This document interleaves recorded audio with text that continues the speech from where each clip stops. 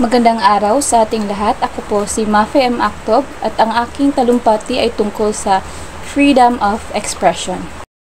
Kalayaan sa pamamahayag, karapatan ng bawat mamamayan. Magandang araw po sa inyong lahat. Ako'y narito ngayon upang bigyan diin ang isa sa pinakamahalagang karapatan natin bilang mamamayan ng isang malayang bansa, ang kalayaan sa pamamahayag o freedom of expression.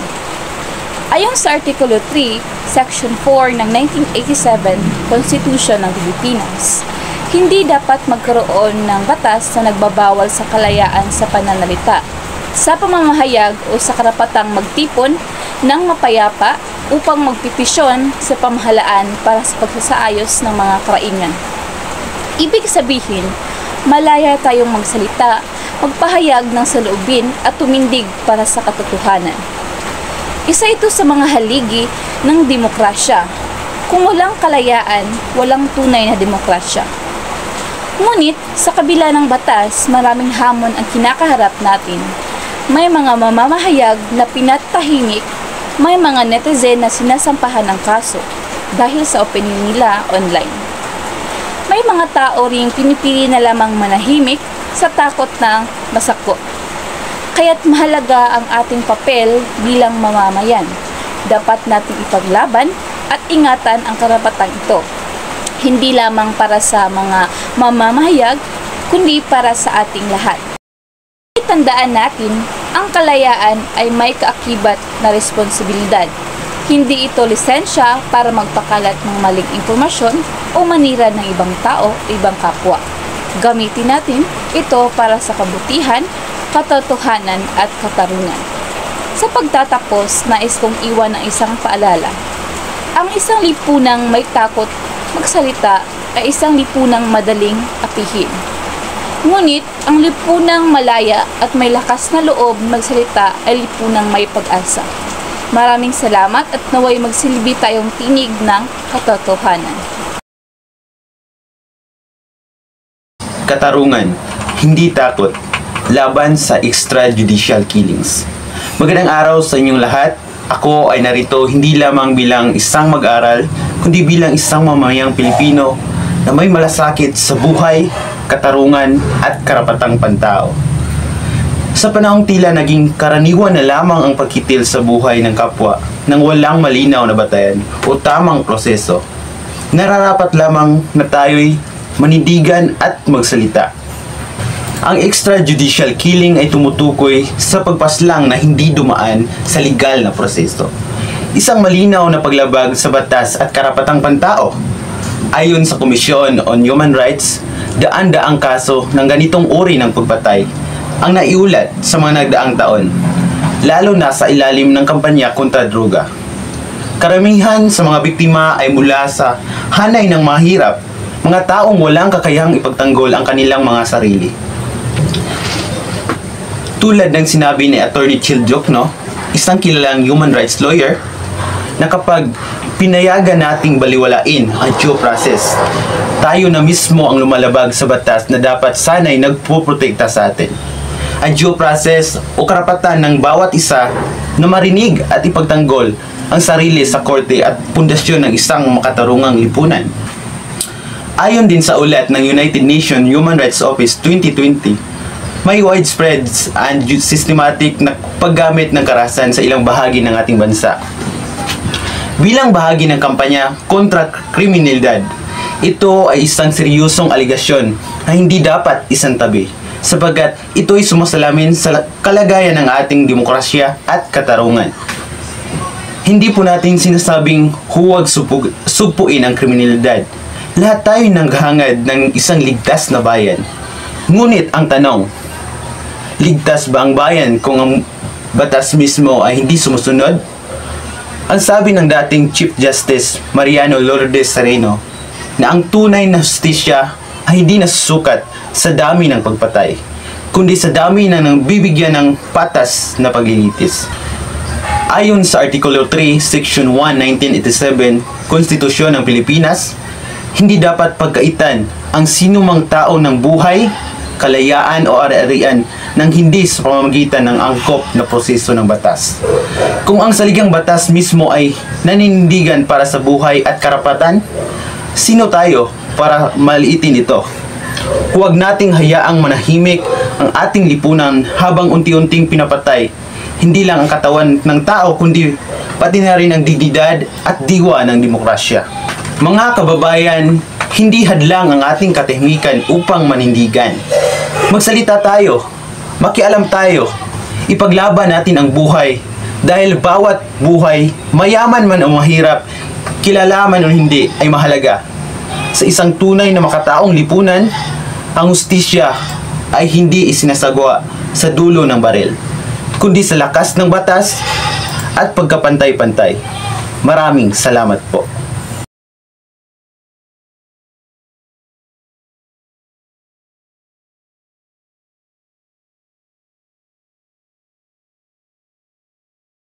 Magandang araw sa ating lahat.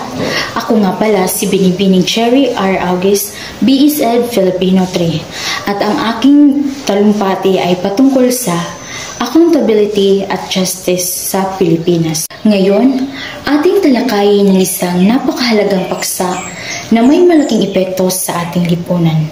Ang pananagutan o accountability at katarungan o justice sa Pilipinas. Ayon sa Class A, sa isang bansang mayaman sa kultura at kasaysayan, tila ba ang ating sistema ng katarungan ay kailangan muling pag-isipan at pagbutihin upang tunay na mapanatili ang kaayusan at kapayapaan. Sa ating konstitusyon, itinataguyod ang prinsipyo ng due process na nagtitiyak na ang bawat mamamayan ay may karapatan sa patas na paglilitis. Subalit, sa kabila ng magandang layunin na ito, marami pa rin ang umabot sa mga hakbang ng ating sistema na mahirap at puno ng balakid. Maraming tao ang hindi nakakuha ng tamang representasyon na nagresulta sa mga hatol na hindi makatarungan.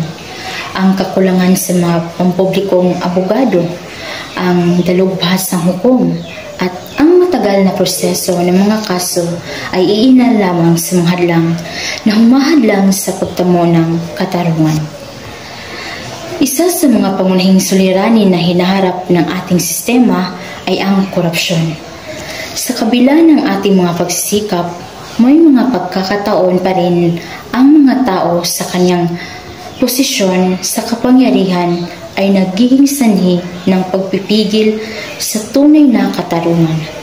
Ang mga biktima ng krimen at iba pa, hindi makatarungang gawain ay mas madalas na nagiging mga pasyente ng pagka-disappoint sa sistemang ito, na sa kanilang palagay ay hindi gumagana para sa kanilang kapakanan.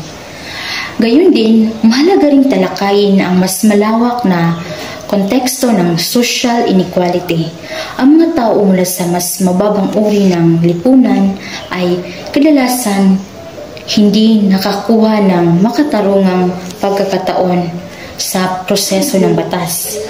Ang abilidad na makukuha ng disenteng legal na serbisyo ay madalas na nakabase sa estado ng iyong kabuhayan. Kaya naman, ang mga mamamayan at makapangyarihan ay tila nakakahanap ng mga daan para makaiwas sa parusa, habang ang mga karaniwang tao ay nahulog sa mga sitwasyong hindi patas. Ngunit hindi tayo nagkukulang sa pag-asa. Sa kabila ng mga hamon nito, may mga hakbang na ginagawa ang ating pamahalaan at mga institusyon upang mapabuti ang sistema ng katarungan. Ang mga samahan ng NGO ay patuloy na nagtatrabaho upang may pakalat ang kaalaman tungkol sa karapatan ng mga mamamayan at upang tulungan ang mga biktima ng katiwalian. Ang edukasyon at kamalayan hinggil sa ating mga karapatan ay susi upang tayo'y magkaisa, makibahagi at sa pagbuo ng isang makatarungang lipunan. Kaya't bilang mamamayan, responsibilidad natin na maging aktibong kalahok sa ating sistema ng katarungan. Kailangan nating ipaglaban ang ating karapatan at karapatan ng iba. Dapat tayong maging mapanuri at mag-atubiling ipahayag ang ating mga saloobin hinggil sa mga isyu ng katarungan. Ang pagtutulungan ng gobyerno, mga institusyon at bawat isa sa atin ang makapagbibigay ng tunay na katarungan sa bawat isa. Sa pagtatapos, naway magkakaisa tayo tungo sa mas katarungan, mas pantay at mas mapayapang Pilipinas. Sa halip na matakot, tumingin sa iba, dapat tayong lumabas at ipaglaban ang ating karapatan. Ang tunay na katarungan ay hindi lamang pangarap. Ito ay ating tunguhin at responsibilidad. Maraming salamat po.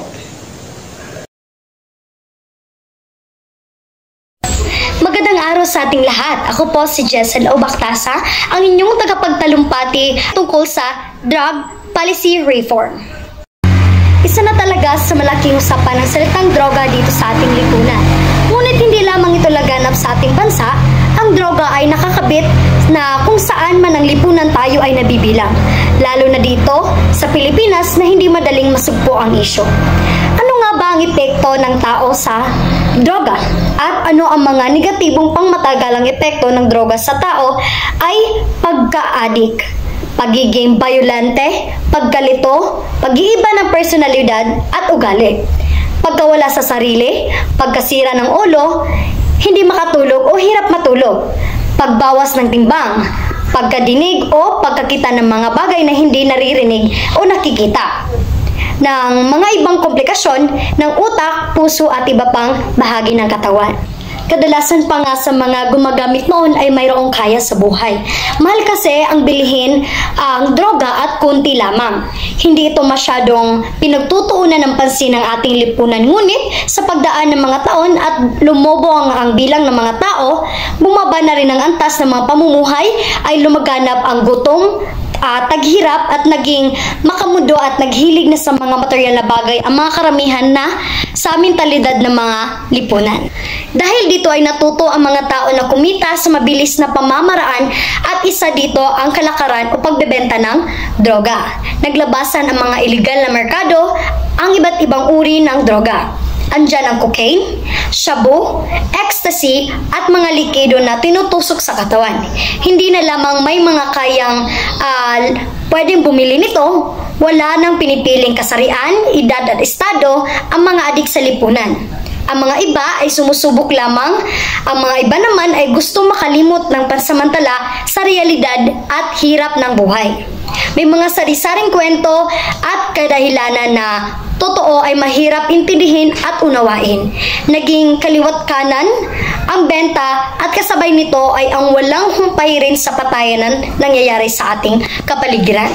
Mayroong mga nanglalaban at nagpapatay at mayroon naman ding sadyang sumuko. Ang pinakamasaklap ay maraming inosente mga tao ang nadadamay sa mga di inaasang pagkakataon na may mga musmos pa na namamatay dahil sa mga sunod-sunod na operasyon at ginagawa ng ating kapulisan. Naging kamay ng mga bakal na mga pamunuan ng ating nalulok na mga pangulo upang tuluyang masakota ang suliraning ito. Nanantiling pansin ang lipunan ng mga taong patuloy na nagpapalaganap nito sa ating bansa. Sa madaling salita, hindi madaling masosolusyonan ang problemang ito kung hindi magbabago ang mga sinasakupan ng isang gobyerno. Huwag magpapatalo sa sindak ng kung sino man isipin mabuti ang mga bagay na tama o mali. Hanggang sa muli, ako po si Jessel Obactasa ng BSED Filipino 3.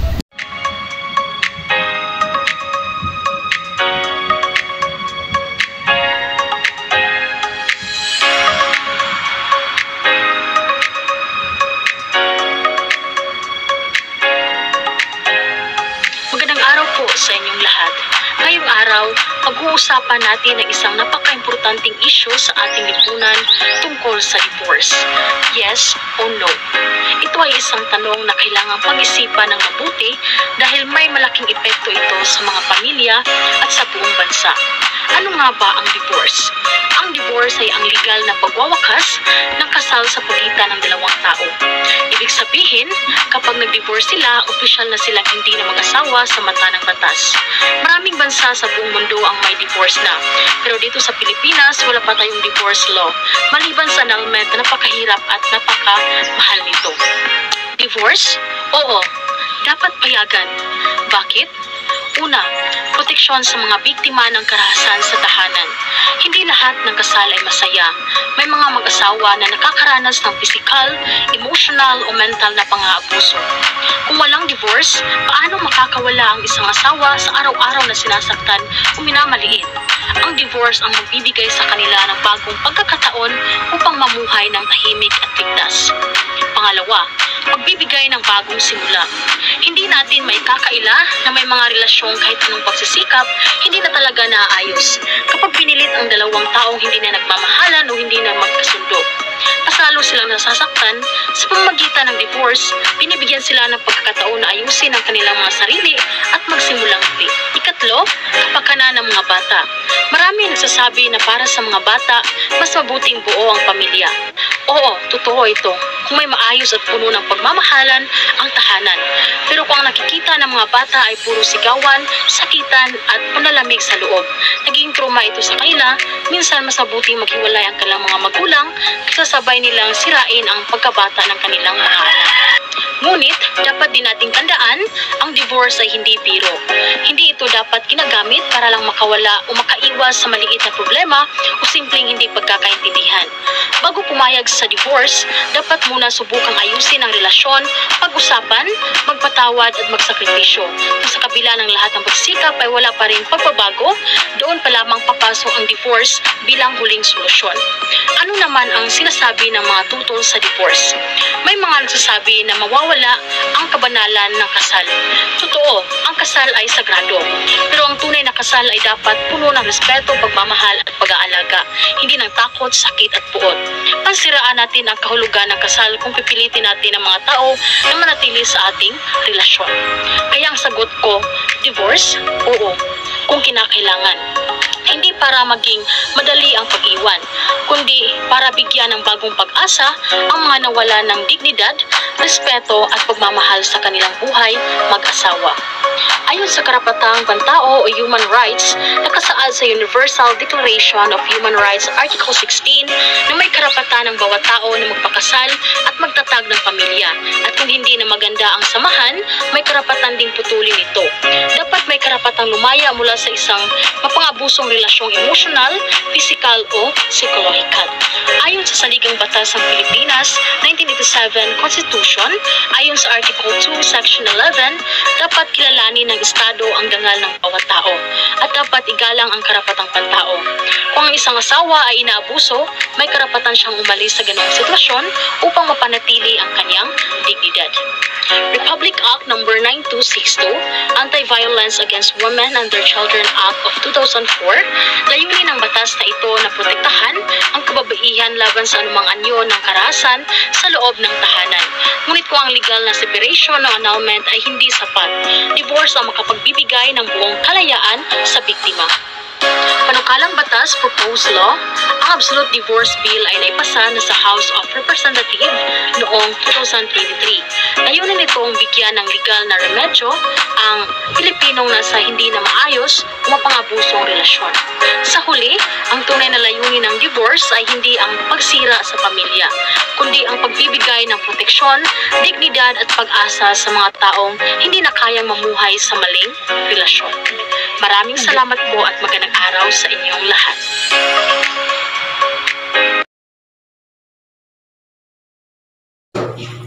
Bata, hindi alipin laban sa child labor. Magandang araw po sa inyong lahat. Ako po ay narito ngayon upang bigyang liwanag ang isang isyong matagal nang umiiral at patuloy na nagpapahirap sa maraming kabataan sa ating bansa. Ang child labor o sa pilitang pagtatrabaho ng mga bata. Sa murang edad, ang mga bata ay dapat nasa paaralan, naglalaro at natututo. Hindi pinagtatrabaho sa ilalim ng araw o sa mga pabrika, minahan at lansangan. Ngunit, Sa kabila ng malinaw na karapatan ng mga bata, marami pa rin ang pinipilit magbanat ng buto upang kumita at makatulong sa pamilya. Isa itong trahedya na hindi dapat ipagsawalang bahala.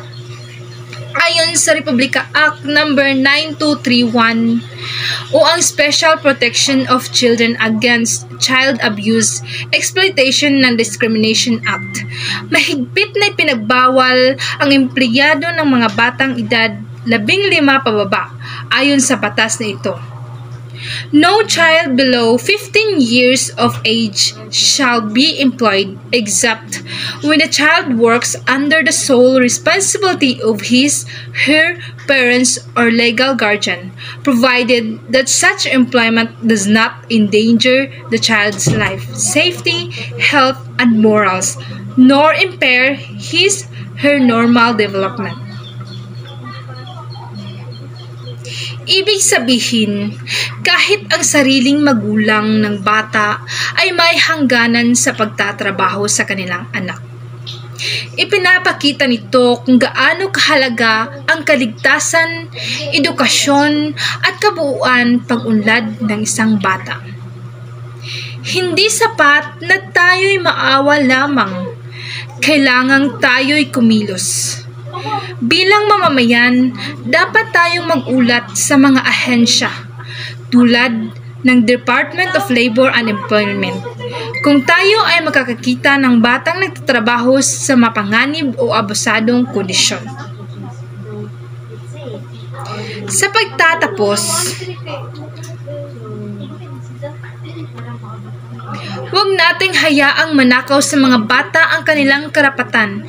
Tulungan nating tuparin ang pangarap nila, hindi bilang manggagawa sa murang edad, kundi bilang mag-aaral, manunulat, guro, doktor at lider ng bayan. Isang paalala, ang bata ay hindi dapat alila. Ang kanilang lugar ay sa paaralan, hindi sa pabrika. Ang kanilang tungkulin ay matuto, hindi magbanat ng buto. Maraming salamat po at naway maging parte tayo ng pagbabago.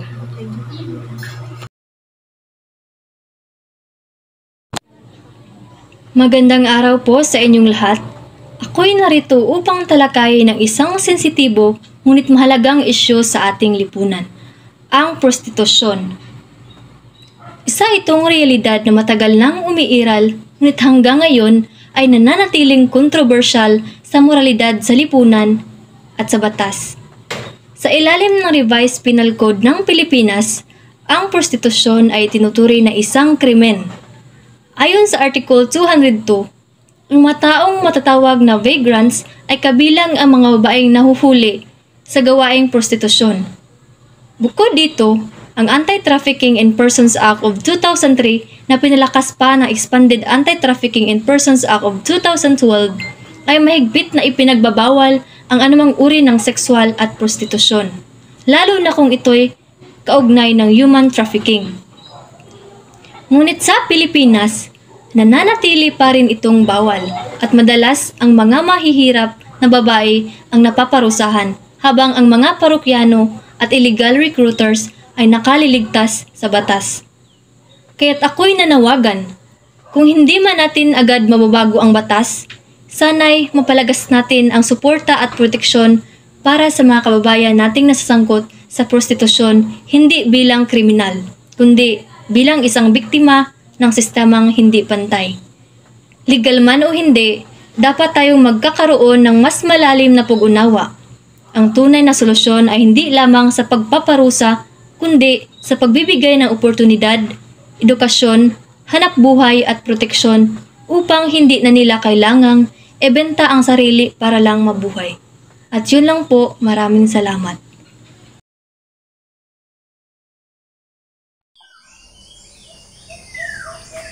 Isa mapagpalang araw sa ating lahat.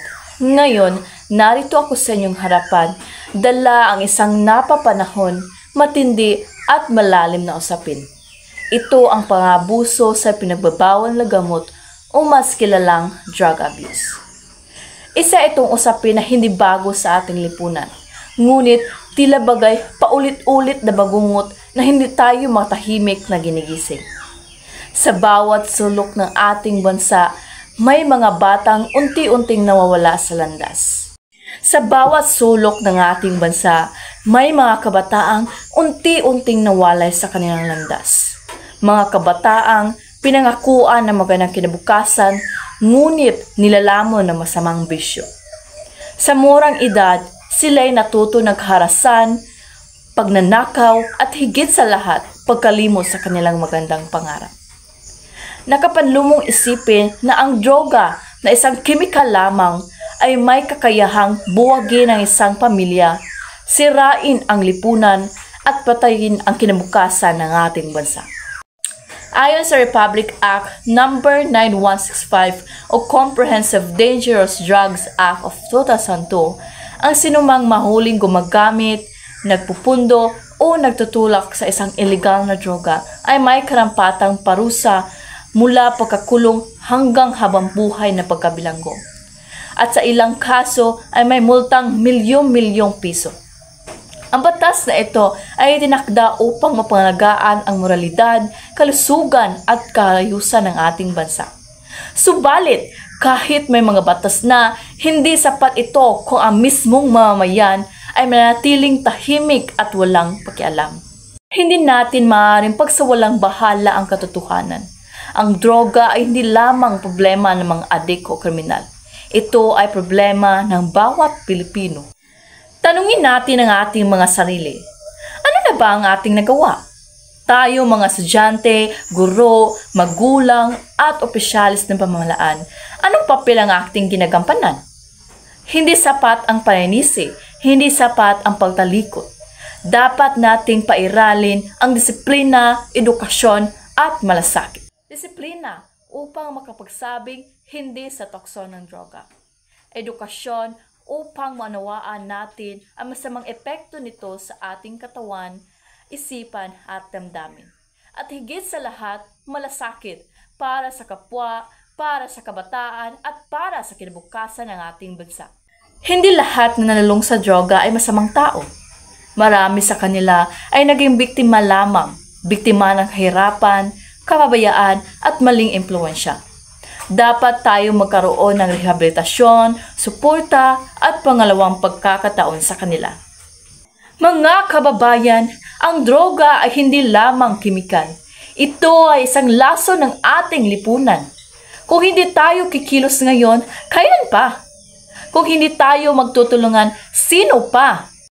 Bilang kabataan na makabagong panahon, bilang mga guro at tagahubog ng isipan, bilang mga mamayang may malasakit, tayo ay pag-asa ng bayan. Panahon na upang tulungan natin ito hindi lamang sa salita, kundi sa gawa. Wakasan natin ang katahimikan, labanan natin ang droga. Pagkaisahan natin ang isang malinis, mapayapa at maunlad na kinabukasan. Muli, ito po ang inyong lingkod, nanindigan, nakikiisa at nagsusulong ng pagbabago. Buhay ay pahalagahan, droga ay iwasan. Maraming salamat at mabuhay tayong lahat.